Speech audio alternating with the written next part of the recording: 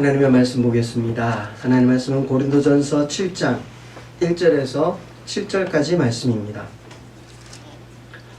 제가 읽는 성경은 신약성경 270쪽에 있는 고린도전서 7장 1절에서 7절까지 말씀입니다. 찾으신 줄 알고 봉독해 드리겠습니다. 7장 1절입니다. 너희가 선 문제에 대하여 말하면 남자가 여자를 가까이 아니함이 좋으나 음행을 피하기 위하여 남자마다 자기 아내를 두고 여자마다 자기 남편을 두라. 남편은 그 아내에 대한 의무를 다하고 아내도 그 남편에게 그렇게 할지라. 아내는 자기 몸을 주장하지 못하고 오직 그 남편이 하며 남편도 그와 같이 자기 몸을 주장하지 못하고 오직 그 아내가 하나니 서로 분방하지 말라. 다만 기도할 틈을 얻기 위하여 합의상 얼마 동안은 하되 다시 합하라. 이는 너희가 절제 못함으로 말미암아 사단이 너희를 시험하여 하지 못하게 하려 함이라. 그러나 내가 이 말을 하면 허락이요 명령은 아니니라. 나는 모든 사람이 나와 같기를 원하노라. 그러나 각각 하나님께 받은 자기의 은사가 있으니 이 사람은 이러하고 저 사람은 저러하니라. 아멘. 할렐루야. 항상 하나님의 은혜와 사랑이 저와 여러분의 삶 속에 먼저 흘러넘치기를 주님의 이름으로 축복합니다. 특별히 2월 첫 주일 주님 앞에 나온 여러분을 주님의 이름으로 사랑하고 축복합니다. 우리는 지난주 6장을 통해서 우리의 몸은 하나님의 거룩한 성전이고 또한 그리고 음행을 피하고 몸으로 하나님께 영광을 돌려야 한다라는 말씀으로 함께 은혜를 나누었습니다. 우리는 우리의 몸이 우리 것이 아니라는 것, 그리고 주님의 것, 왜냐 주의 핏값으로 우리를 사셨고 가장 귀한 주님의 그 핏값으로 사신 몸이라는 것을 우리는 잊지 말아야 된다라는 거였죠. 그리고 더 나아가 우리는 하나님께 영광 돌리는 자의 삶으로 살아가야 된다라는 것입니다. 그런데 당시 고린도 교회 안에는 이 말씀을 듣고 극단적으로 반응하는 사람들이 생겼습니다. 양극이 생기는 거죠. 6장의 문제는 몸이 내 것이다 라는 것 속에서 몸이 내 것이기 때문에 내 마음대로 즐기자라는 쾌락주의가 드러났다면 7장으로 넘어오면서 바울이 다루는 문제는 정반대의 문제를 다룹니다. 쾌락주의 반대가 뭡니까? 금욕주의죠. 그죠? 그래서 성적인 것을 거룩하게 보는 것이 아니라 더러운 것 또한 부정한 것으로 바라봅니다. 그렇기 때문에 거룩하게 살려면 아예 결혼도 하지 말아야 되고, 아니 결혼했다 하더라도 부부관계는 하지 말고 각방을 쓰고 살아야 된다. 극단적으로 가는 거죠. 이런 극단적인 생각들이 교회 안에 퍼져 흘러갔다라는 것입니다. 그래서 1절에 남자가 여자를 가까이 아니함이 좋으나 라고 말을 시작하죠. 이 말은요 바울의 주장이 아니라 당시 고린도 교인들의 바울에게 보낸 편지에 적혀있던 그들의 잘못된 생각들, 그 생각들을 바꾸기 위해서 바울은 어떻게 해요? 너네들이 그렇게 할 것 같으면 차라리 혼자 지내는 것, 여자를 가까이 안 하는 것이 좋을 것 같다야. 그렇게 말을 던지는 겁니다. 왜요? 너무 문란하고 어떨 때는 또 너무 쾌락주의로 가는 반면에 또한 아예 금욕주의로 놀러가고 이렇게 되니까 이런 부분 속에서 참 너무 어이가 없다라는 얘기입니다. 이 말씀을 우리가 그냥 바라보면 어떻게 해요? 바울은 어떻게? 여자를 싫어한다. 그렇게 볼 수도 있겠죠. 아니에요. 성경은요 항상 배경적인 부분을 바라보고 또한 중립적인 부분 속에서 해석할 수 있는 부분이 필요해요. 그래서 너희가 쓴 문제에 대하여 말한다면, 너희가 바울에게 문제의 편지를 막 썼잖아요. 이런 사람 저런 사람들 얘기하고 우리 속에는 이러한 일들이 있습니다 라고 쓸 거 아닙니까? 그죠? 그래서 들어왔는데 금욕주의가 생기고 또한 쾌락주의도 생기고 이런 속에서 우리는 어떻게 해야 될까요? 라고 얘기했을 때에 그럴 것 같으면 차라리 가까이 안 하는 게 좋을 것 같다. 그러나 그건 내 생각이고, 그러나 그러면서 어떻게 나옵니까? 음행을 피하기 위하여 남자마다 자기 아내를 두고 여자마다 자기 남편을 두라라고 얘기합니다. 어떻게 보면은 바울은요 이 모든 삶 속에서 바울의 그 생각 속에 바울은 성과 결혼에 관해서 성경적인 균형을 잡아주고 있다는 것입니다. 성은 더러운 것도 아니고 그렇다고 해서 쾌락의 도구로 사용해서는 안 된다는 것이죠.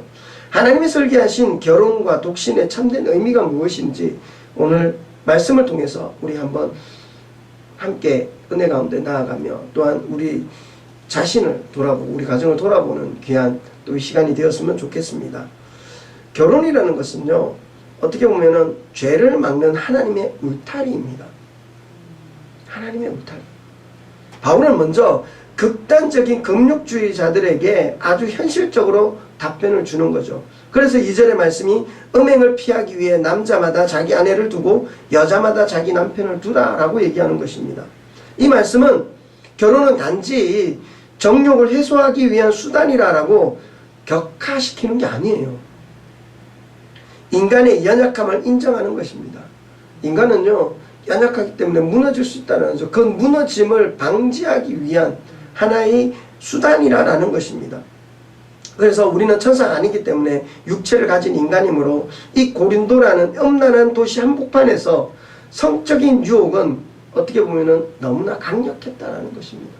그래서 성적으로 물러나면 이것이 무엇인지 분간이 되지 않잖아요. 죄가 죄인지 죄가 아닌지 모르는 그런 상황 속에서 분별할 수 있는 은혜가 필요했다라는 것입니다. 그리고 견딜 수 있는 은혜가 필요했기에 하나님은 이 강력한 에너지를 거룩함에 담아 유일한 그릇인 결혼이라는 것을 준비해 두었다라는 것이죠.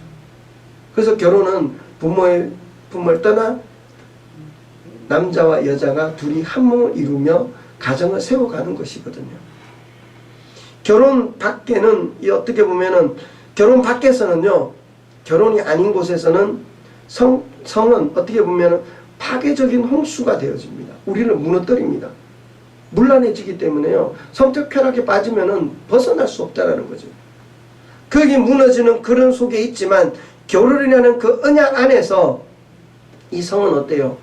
생명을 낳고 생명을 살리고 가정을 따뜻하게 하는 겨울의 난로와 같은 역할을 감당한다는 겁니다. 그렇게 잘 이루어져야 된다는 것이죠. 그러므로 결혼하지 않는 것이 거룩하다라는 생각은 뭐예요? 잘못된 것이라는 거죠. 하나님은 가정을 통해서 우리의 거룩을 지켜내신다라는 것입니다. 그래서 가정은 뭐예요? 작은 천국의 시작이 되어져야 되고 가정 안에서 질서라는 부분이 지켜져야 되고 그 가정을 통해서 하나님의 은혜와 사랑을 깨닫게 되어지는 거라는 거죠. 그래서 가정이 굉장히 중요하다라는 것입니다.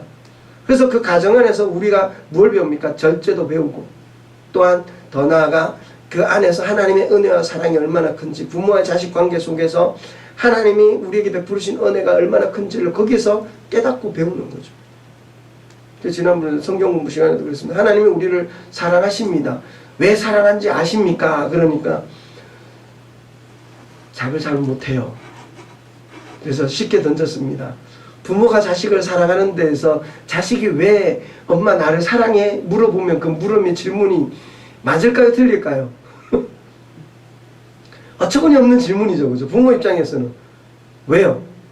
당연히 부모가 자식을 낳았기 때문에 이 자식이 뭐 팔불출이든 뭐 어떻게 생겼던 얼굴이 잘생겼던 못생겼던 팔이 하나 있던 없던 그게 중요한 게 아니죠. 그죠?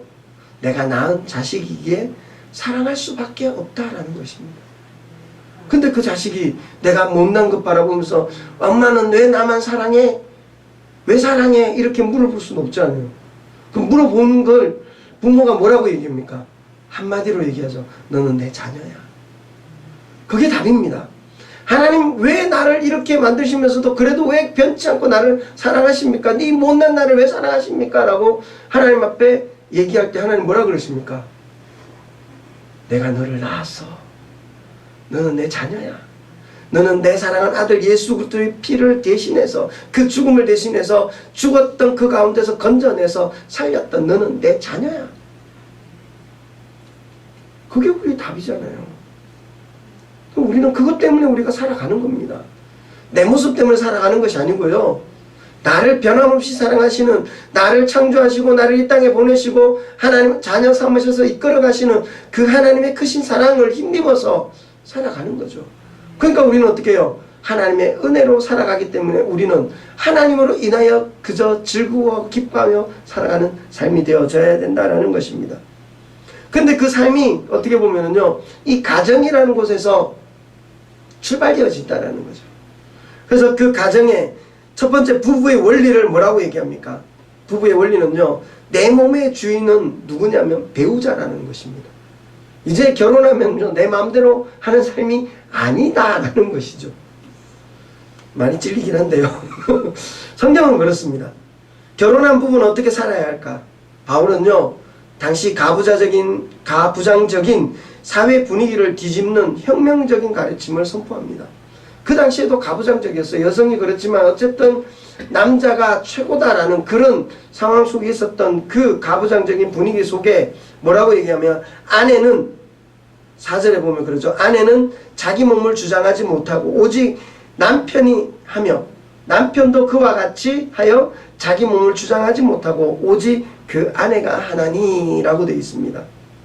이것은 무엇을 얘기합니까? 상호 소유권이 있다라는 것입니다. 네? 같이 있는 거예요. 여자가 강하고 넌 내 말 들어 이런 게 아니라 남자든 여자든 자기 뜻대로 하는 것이 아니라 서로 맞춰서 살아가야 된다는 거예요. 그게 부부의 삶의 원리라는 것입니다. 결혼하는 순간 내 몸이 내 소유권이 아니고 내게서 떠나 배우자에게로 넘어간다라는 것이에요. 남편의 몸의 주인은 아내가 되어져야 되는 거고요. 아내의 몸의 주인은 남편이 되어져야 된다는 것입니다. 이것은요, 네가 내 주인이니까, 내가 너의 주인이니까 내 마음대로 부려먹겠다 이런 주장 관계가 아닙니다. 반대로 생각해야 돼요. 성경은요, 늘 반대로. 우리는 참 생각이 참 악해가지고, 그래 네 몸의 주인은 나니까 내 말만 들어 이럴 수도 있죠. 그죠? 성경은 그게 아니에요. 그랬으면 한쪽에만 실어줬겠죠, 힘을? 양방으로 상호 소유권을 준 이유는 뭘까 하면, 나의 몸은 배우자의 행복에 필요하기 위해 내어줄 수 있는 헌신을 배우는 거예요. 남자는 여자를 위해서, 여자는 남자를 위해서 서로 헌신하게 되어지는 것입니다. 그것이 3절에 말하는 의무예요. 의무. 서로 세워주는 겁니다. 여기에서 의무라는 것은 뭐냐면요, 빚을 갚는다라는 뜻입니다. 부부관계는요, 빚을 갚듯이 성실하게 서로 사랑하며 사랑으로 섬겨야 하는 거룩한 봉사라는 거예요. 사랑하기 때문에 내가 양보하고 그의 말을 들어주고 섬기는 겁니다. 반대도 마찬가지죠. 그렇게 섬기는, 그에 따라오는 사람을 통해서 나 또한 그 사람의 필요의 조건을 채워주며 서로 섬겨가는 거예요. 그게 부부라는 겁니다. 근데 요즘은 왜 이게 무너졌을까요? 서로의 생각이 강하죠. 서로의 생각이 강하니까. 그래서 헤어지는 이유가 뭐예요? 성격이 안 맞았어. 맞추면 되는데 안 맞추려고 그러잖아요. 서로가 조금씩 양보하고 서로가 조금씩 세워주면 이것을 무너질 수 있는 일인데 그것을 하지 않는다라는 것입니다. 오늘날 많은 부부들의 갈등이 뭐냐면, 왜 내 마음대로 하지 못해? 왜 나를 만족시키지 않아? 라는 이 이기심 때문에 많은 가정이 무너지는 거죠. 자기 생각에만 가득 차 있습니다. 이기주의. 결혼을 했는데도 상대방 생각보다는 자기의 욕심만을 채우려고 하는 거죠. 그러니까 결국은 그 서로 욕심으로 인해서 그 가정이 무너지게 되어졌다라는 것입니다. 그러나 성경적인 결혼은요, 주권 이양입니다. 내 뜻이 아닌 상대방의 생각을 하며 상대방의 뜻을 존중해주며 상대방의 뜻에 따라 나를 낮추고 맞춰가는 삶이 결혼 생활이라는 것이죠. 이렇게 서로가 서로를 주인으로 모실 때에 그 가정이 평화가 있습니다. 왜요? 서로의 기쁨을 나눌 수 있는 은혜가 주어지기 때문입니다. 또한 우리가 살아가면서 부부간의 성생활에 대해서도 구체적으로 바울은 얘기하고 있습니다. 5절에 보면 서로 분방하지 말라. 그럼 분방하지 말라. 따로따로 자지 말라 라고 얘기하죠. 다만 기도할 틈을 얻기 위하여 합의상 얼마 동안은 하되 다시 합하라라는 것입니다. 그 부부는 같이 자야 된다라는 거예요. 성경이 그렇습니다. 이는 너희가 절제 못함으로 말미암아 사단이 너희를 시험하지 못하게 하려 함이라 그래요. 이것은 어떻게 보면은 그 고린도 교회의 이 젊은 부부들을 향해서 얘기하는 것 같아요. 우리 이 시대 속에서도 젊은 부부들이 그 혈기를 이기지 못해서 분방함으로 인해서 그 가정이 무너지는 것을 막기 위해서입니다. 바울이 서로 분방하지 말라라는 것은 뭐냐면 서로의 권리를 빼앗지 말라라고 얘기하는 거죠. 부부가 싸움을 했다고 각방을 쓰거나 또한 성을 무기로 삼아 배우자를 조종하려고 하는 것은 성경적이지 않다라는 것이죠. 그래서 항상 부부는 함께 지내야 되는 부분이 필요하다라고 얘기합니다. 그러잖아요. 젊은 혈기 속에 있는데, 그죠? 결혼해서 잘 부부 생활 해야 되는 부부 속에 있는데 그것이 아니하고 분반하고 싸웠다고 해서 나눠지고 합치지 않고 있으면 결국은 어떻게 해요? 그 가정은 깨질 수밖에 없습니다. 그리고 그 당시에 고린도 교회 같은 경우는 나가면은 전부 성적 문란하잖아요. 우리는 옛날처럼 그죠? 나가면은 아무데나 가서 잠을 잘 수 있는 성적 관계를 할 수 있는 그런 환경 속에 있었기 때문에 그 부분이 무너지면 어떻게 될까요? 젊은 혈기 속에 그 혈기를 부부 관계 속에 해소를 못하면 어떻게 돼요? 결국은 범죄로 이어질 수밖에 없다는 것입니다. 그 결국은 뭐예요? 서로를 위해서 함께 자는 것. 그래서 어떻게 해요? 성경은 너희가 절제 못함으로 사단이 너희를 시험할까 두려워한다라는 거죠. 다만 예외가 있었다라는 것입니다. 예외가 뭐냐면 서로 합의가 되었을 때에 얼마 동안 우리가 좀 생각을 좀 해보자 이런 부분도 있잖아요. 그죠? 합의가 되었을 때는 가능합니다. 또한 더 나아가 기도에 전념하기 위해서 그것도 얼마 동안만 합의를 하되 기도에 전념하기 위해서 합의를 하는데 영원히 여기서 합치지 말자 이게 아니라 얼마 동안 허락했다라는 것이죠. 영적인 이유, 우리가 영적인 이유로 어떤 금식을 해야 되고 또 여러 가지 기도해야 될 부분들이 생길 때가 있잖아요. 그럴 때에는 잠시 떨어질 수 있을 수 있다라고 얘기합니다. 그래도 성경은 뭐라고 얘기합니까? 바울은 뭐라고 얘기하냐면 그래도 빨리 다시 합쳐라 라고 얘기합니다.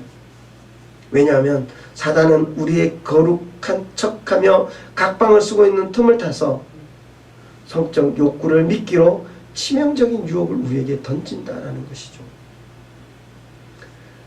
가장 거룩해 보이는 금욕이 사실은 사탄에게 문을 열어주는 가장 위험한 행동이 될 수 있다는 것을 바울은 얘기합니다. 그래서 우리는 어떻게 보면 어떠한 생각 속에 사탄에게 틈을 주면 안 된다는 거예요.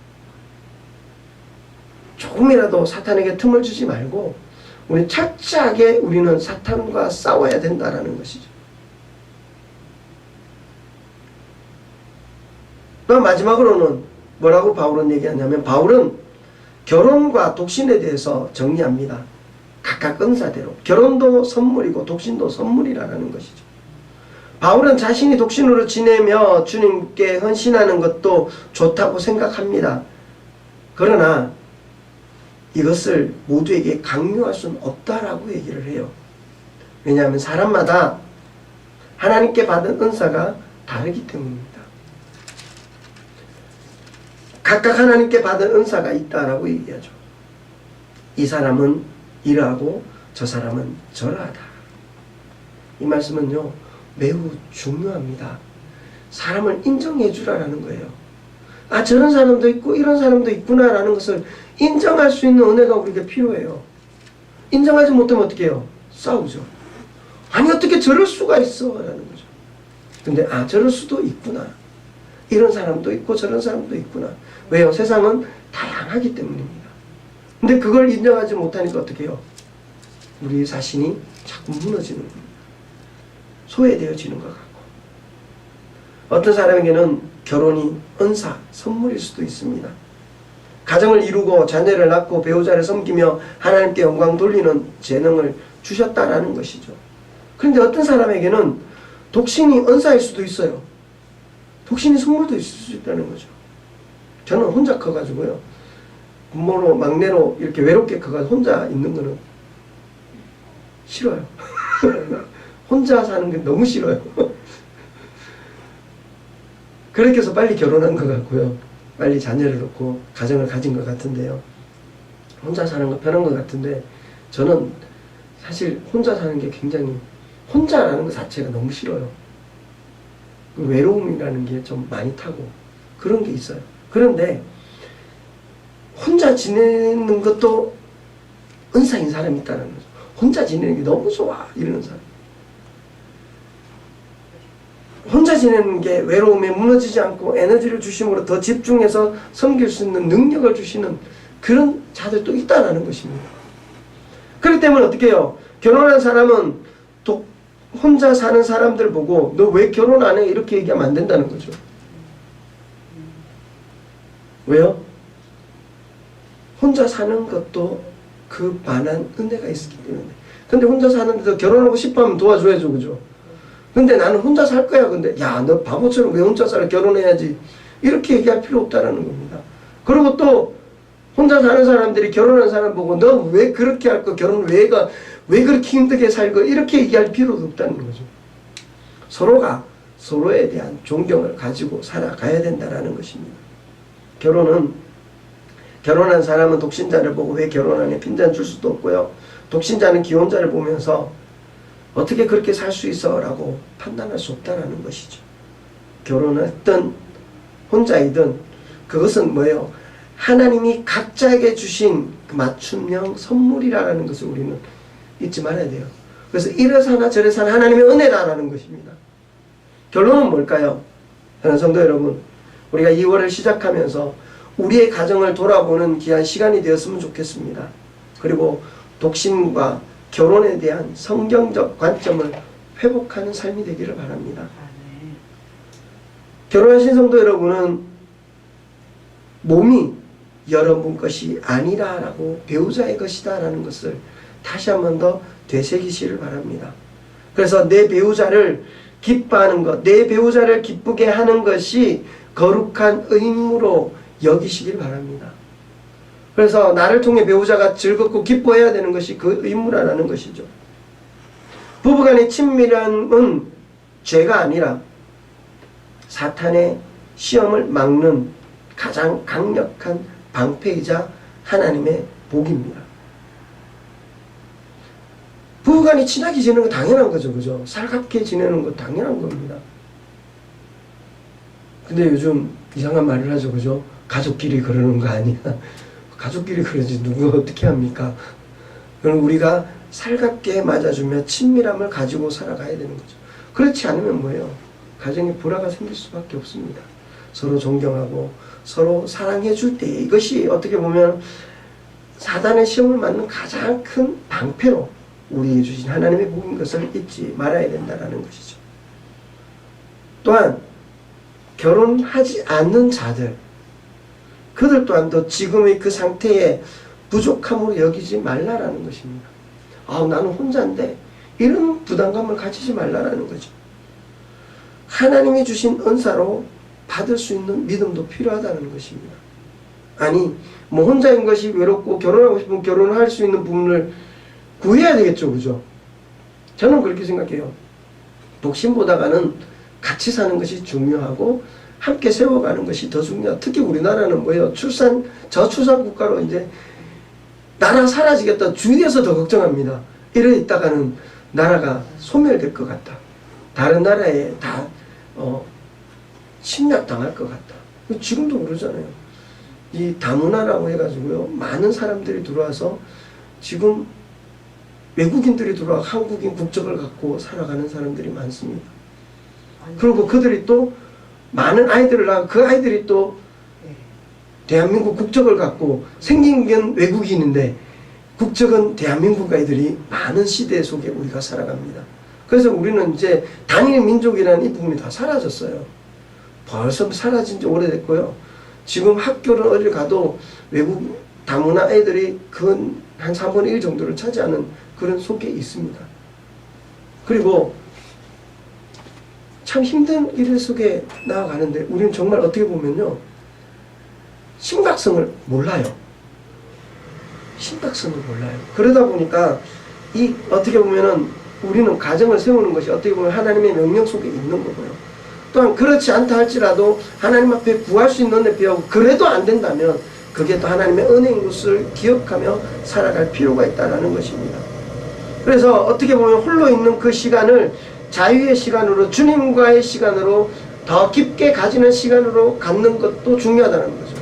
우리는 어떻게 해요? 결혼하든 결혼하지 않든 하나님께 영광 돌리는 삶을 살아가야 돼요. 왜요? 우리의 몸의 주인은 누구의 것이에요? 하나님의 것입니다. 하나님의 것이기 때문에 우리의 중요한 가정을 세우든 가정을 세우지 않든 하나님 앞에 집중하는 삶을 살아내야 된다는 것입니다. 그래서 우리에게 주어진 삶의 자리에서 우리의 몸과 마음을 다해서 하나님을 영화롭게 하는 것, 그것이 우리의 삶의 목적이고 하나님으로 인해 즐거워 기뻐하는 삶을 살아내는 것이 우리의 삶의 목적이라는 것을 잊지 마시기 바랍니다. 그래서 이번 한 달 동안에 우리의 가정이 또한 우리의 삶이 하나님이 주신 은혜로 풍성히 채워지는 그러한 삶을 사시길 바랍니다. 그래서 어느 곳에서 무엇을 하든 우리는 하나님의 은혜 가운데 있다는 것, 우리 가정, 우리 자녀들, 또 홀로 산다든지 아니면은 가정을 꾸리고 살아간다든지 자식이 있든 없든 모든 것이 하나님 은혜 가운데 있다는 것을 우리는 깨달아야 돼요. 그래서 서로가 격려해 주는 삶, 하나님 은혜 가운데 하나님의 영광을 나타내는 자의 삶으로 우리가 나아가며 또한 주께서 주신 그 은혜와 사랑을 풍성히 누리고 또한 그 사랑을 나누는 자의 삶으로 살아내는 또한 2월 한 달이 되기를, 또한 주님의 은혜 가운데 살아가며 하나님 복을 누리는 귀한 삶을 살아내는 저와 여러분의 삶이 되기를 주님의 이름으로 축원드립니다. 기도하겠습니다. 은혜로우신 하나님 아버지, 참 감사합니다. 연약한 우리를 사랑하여 주시고 또한 우리에게 가정을 창조하시고 우리에게 결혼과 독신이라는 귀한 선물을 주심에 감사드립니다. 온난한 세상 속에서 우리의 가정이 거룩한 울타리가 되기에 은혜 베풀어 주시고 부부가 서로의 몸을 내어주며 사랑으로 섬기며 아름다운 연합이 있게 우리의 가정들을 주님 복 주시고 은혜 베풀어 주시옵소서. 또한 혼자 사는 지체들에게는 주님을 더욱 가까이 하고 섬길 수 있는 은혜를 다하여 주시고 하나님의 능력을 다하여 주시옵소서. 그래서 어떤 형편에 있든지 감사함으로 하나님께 영광 돌리는 우리 모두의 삶이 되게 하시고 특별히 이 2월 한 달이 될 수 있도록 은혜 베풀어 주시옵소서. 하나님의 풍성한 은혜와 사랑이 우리 가운데 늘 흘러 넘치기를 주님의 이름으로 축복하며 예수님의 이름으로